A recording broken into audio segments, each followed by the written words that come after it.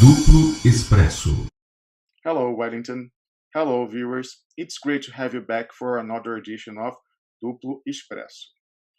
In this week's comment, I'd like to draw our viewers' attention to confirmation that has been coming out lately of some of the controversial things that we here at Duplo Expresso have been saying for well over a year now. Namely, that Lula was betrayed by some key members in his own party's leadership, the Leftist Workers' Party, or PT, and how this betrayal was instrumental for him being in jail for over 13 months now.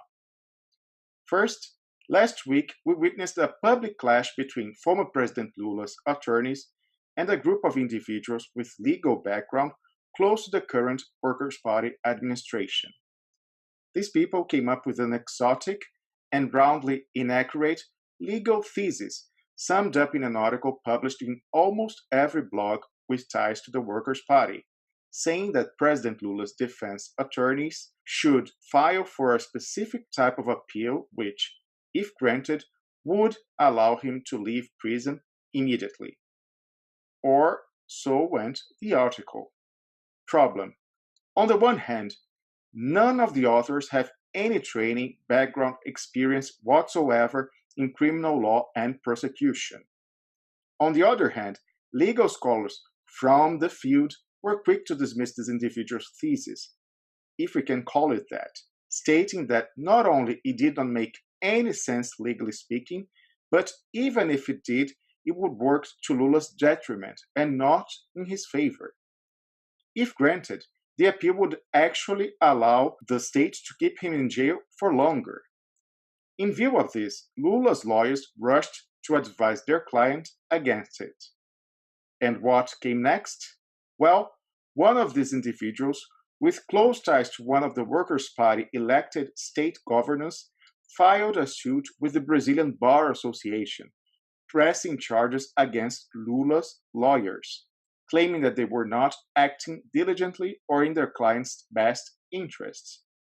This, of course, is one of the most serious offenses a lawyer can incur in.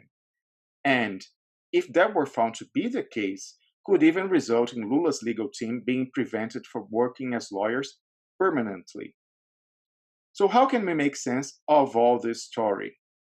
Lawyers with ties to the Workers' Party current administration putting undue pressure on its founder and most important leader, former President Lula, with sloppy advice and openly and formally challenging his defense team, his defense attorneys.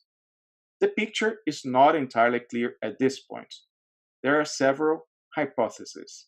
For instance, one of the individuals from this group is believed to be, from the outset, after fame and recognition. She would only be using Lula to this end, and with a considerable degree of success, it must be said. No one knew this person 2 or 3 years ago. She was mainly referred to as some lawyer's ex-wife.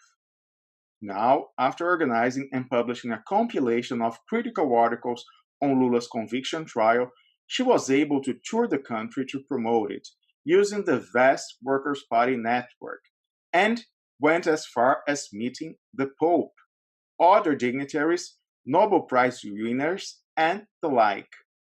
Now, being on the spotlight, she even befriended and became romantically involved with a famous Brazilian singer and music composer at a certain point. Of course, in his long walk in public life, spanning over 4 decades, Lula must have met and dealt with many opportunists, such as this person and her clique. None of them, however, were reckless to the point of giving wrong advice that would actually harm Lula's interest and, on top of it, seeking heavy sanctions against Lula's personal lawyers, whose crime was to give their client the right piece of advice. And now comes the second evidence that Duplo Expresso had been right all along. Lula was indeed betrayed by someone in his own party.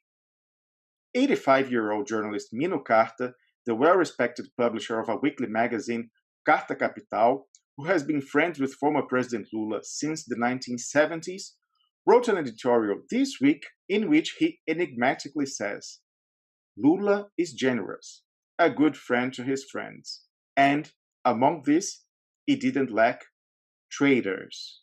He didn't lack traitors. End of quote.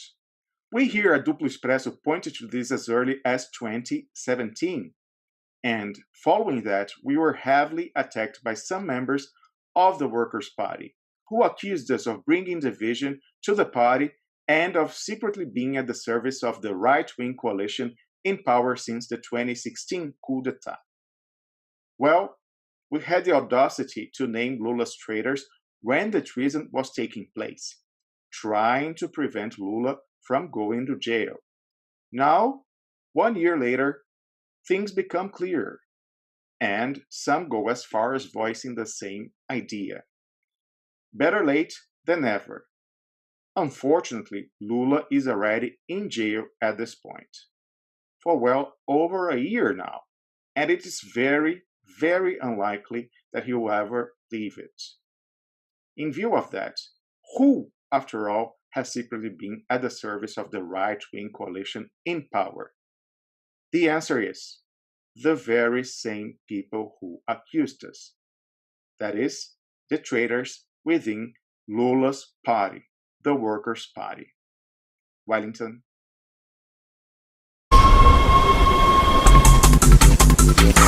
Duplo Expresso.